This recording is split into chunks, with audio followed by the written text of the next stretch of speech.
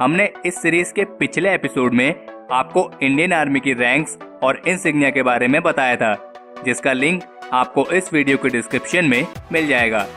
तो हमारे आज के एपिसोड में हम आपको इंडियन एयरफोर्स की रैंक्स और इंसिग्निया के बारे में बताने वाले हैं। जैसा कि आप सभी को पता होगा, इंडियन एयरफोर्स दुनिया की चौथी सबसे स्ट्रॉन्गेस्ट एयरफोर्स में आती है, जो 8 अक्टूबर 1932 को ब्रिटिश एम्पायर के सहायक वायुसेना के रूप में स्थापित की गई थी। इसलिए इंडियन एयरफोर्स का रैंक स्ट्रक्चर भी रॉयल एयरफोर्स पर ही आधारित है। इंडियन एयरफोर्स में कुल मिलाकर 17 रैंक्स होती हैं, जिनमें सबसे लोएस्ट रैंक एयरक्राफ्टमैन की और सबसे highest rank martial of the air force की होती है। अगर आपके अंदर एयर वॉरियर बनने का जुनून है और इंडियन एयरफोर्स को ज्वाइन करना आपका ड्रीम है, तो आपको इसके बारे में पूरी जानकारी होनी चाहिए। अगर आपको अभी तक इंडियन एयरफोर्स की रैंक्स और इंसिग्निया को लेकर कंफ्यूजन है, तो इस वीडियो को जरूर देखें और हमें पूरी उम्मीद है ये वीडियो देखने के बाद आपकी सारी कंफ्यूजन क्लियर जरूर हो जाएगी। तो चलिए जानते हैं इंडियन एयरफोर्स की रैंक्स और इंसिग्निया के बारे में।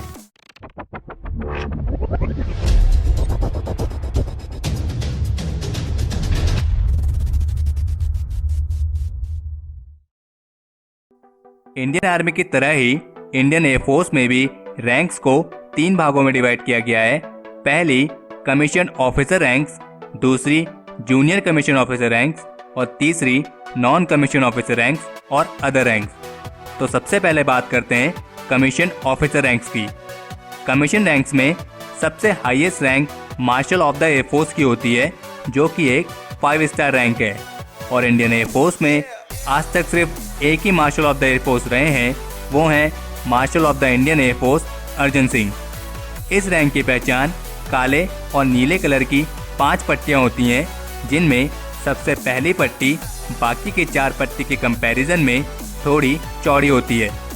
कमीशन रैंक्स में भी मार्शल ऑफ द एयरफोर्स से लेकर एयर कोमोडोर तक की रैंक को एयर ऑफिसर रैंक कहा जाता है और बाकी की रैंक्स अदर ऑफिसर रैंक में आती हैं। इसके बाद आती है एयर चीफ मार्शल रैंक। ये rank chief of air staff को दी जाती है। मार्शल ऑफ द एयरफोर्स के बाद ये किसी भी एयरफोर्स ऑफिसर की सर्वोच्च रैंक होती है। मौजूदा समय में इस रैंक पर air chief marshal BS Dhanoa हैं। इस रैंक की पहचान नीले और काले कलर की 4 पट्टी होती हैं, जिनमें से सबसे पहली पट्टी बाकी की 3 पट्टी के कंपैरिजन में थोड़ी चौड़ी होती है। एयर चीफ मार्शल के बाद आती है air marshal rank. Air marshal 3 star वाली एयर ऑफिसर रैंक है और ये इंडियन एयरफोर्स की 3rd हाईएस्ट रैंक है। इस रैंक की पहचान नीले और काले कलर की 3 पट्टी होती है और इनमें भी सबसे पहली पट्टी बाकी के 2 पट्टी के कंपैरिजन में थोड़ी चौड़ी होती है। इसके बाद आती है एयर वाइस मार्शल रैंक। ये एक 2 स्टार वाली एयर ऑफिसर रैंक होती है और इस रैंक की पहचान नीले और काले कलर की 2 पट्टी होती है और इसमें भी पहली पट्टी दूसरे के कंपैरिजन में थोड़ी चौड़ी होती है। Air commodore rank. ये रैंक एयर वाइस मार्शल के बाद आती है और ये 1 स्टार वाली रैंक है, जो कि एयर ऑफिसर की सबसे जूनियर जनरल रैंक है। इस रैंक की पहचान नीले और काले कलर की एक चौड़ी पट्टी होती है। तो ये थी कमीशन रैंक्स की एयर ऑफिसर रैंक। अब बात करते हैं कमीशन रैंक्स की अदर ऑफिसर रैंक्स के बारे में, जिसमें सबसे पहले आती है group captain rank. Group captain rank air commodore के बाद आती है और ये एयरफोर्स की सीनियर कमीशन रैंक होती है।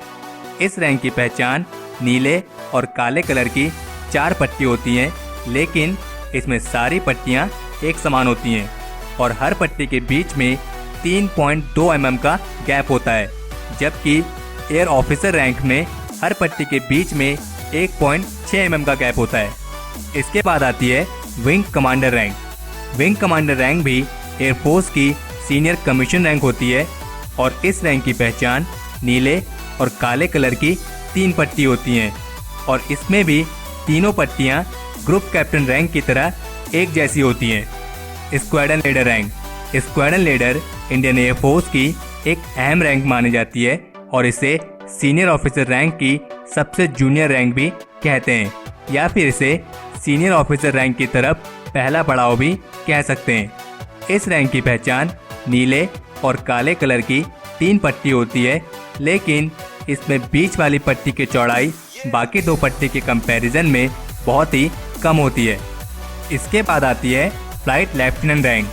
फ्लाइट लेफ्टिनेंट रैंक किसी भी एयरफोर्स ऑफिसर के लिए कमीशन होने के बाद आगे बढ़ने का दूसरा पड़ाव होता है। इस रैंक की पहचान नीले और काले कलर की एक जैसी 2 पट्टी होती हैं। फ्लाइट लेफ्टिनेंट के बाद आती है flying officer rank. Flying officer rank commission होने के बाद दिए जाने वाली सबसे पहली रैंक होती है। इस रैंक की पहचान नीले और काले कलर की कम चौड़ाई वाली एक पट्टी होती है। तो ये थी इंडियन एयरफोर्स की कमीशन ऑफिसर रैंक्स। अब बात करते हैं जूनियर कमीशन ऑफिसर रैंक्स के बारे में, जिसमें सबसे पहले आती है master warrant officer ranks. Master warrant officer ranks Indian air force की जूनियर कमीशन ऑफिसर रैंक्स की सबसे हाईएस्ट रैंक होती है। इस रैंक की पहचान नीले और काले कलर की 2 पट्टियों के ऊपर राष्ट्र चिन्ह और गरुड़ पक्षी है। इसके बाद आती है warrant officer rank. Warrant officer rank Indian air force की जूनियर कमीशन ऑफिसर रैंक्स की सेकंड हाईएस्ट रैंक होती है और इस रैंक की पहचान नीले और काले कलर की एक पट्टी के ऊपर राष्ट्रीय चिन्ह के साथ गरुड़ पक्षी है। वारंट ऑफिसर रैंक के बाद आती है जूनियर वारंट ऑफिसर रैंक। ये रैंक इंडियन एयरफोर्स की जेसीओस रैंक की सबसे जूनियर रैंक होती है। इस रैंक की पहचान राष्ट्रीय चिन्ह के साथ गरुड़ पक्षी है। इस रैंक में नीले और काले कलर की कोई भी पट्टी नहीं होती है। तो ये थी इंडियन एयरफोर्स की जूनियर कमीशन ऑफिसर रैंक। अब बात करते हैं नॉन कमीशन ऑफिसर रैंक्स और अदर रैंक्स के बारे में।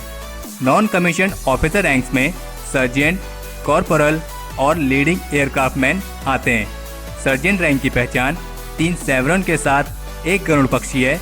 कॉर्पोरल रैंक की पहचान 2 सेवरन के साथ एक गरुड़ पक्षी है और लीडिंग एयरक्राफ्टमैन की पहचान 2 ब्लेड प्रोपेलर डिवाइस के साथ एक गरुड़ पक्षी है।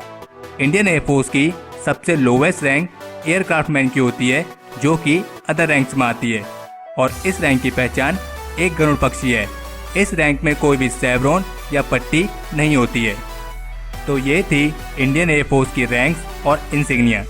अगर इस वीडियो को लेकर आपको कोई सुझाव या सजेशंस हो तो उसे कमेंट सेक्शन में शेयर जरूर करें और हमें उम्मीद है आपको ये वीडियो पसंद आई होगी। अगर आपने इस वीडियो को लाइक और शेयर नहीं किया है तो इसे लाइक और शेयर करें।